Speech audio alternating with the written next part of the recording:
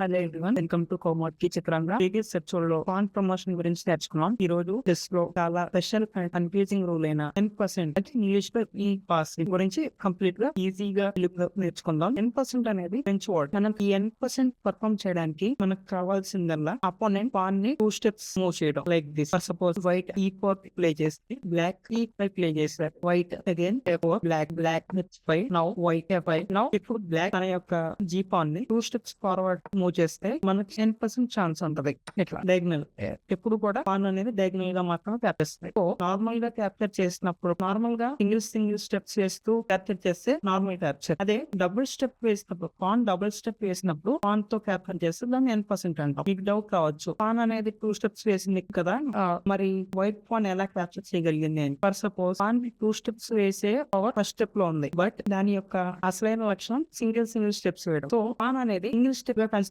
చేసుకుంటే ఇక్కడ ఉన్న F5 లో ఉన్న వైట్ పాన్ G6 లో ఉన్న పాన్ ని క్యాప్చర్ చేయాలి. Like this.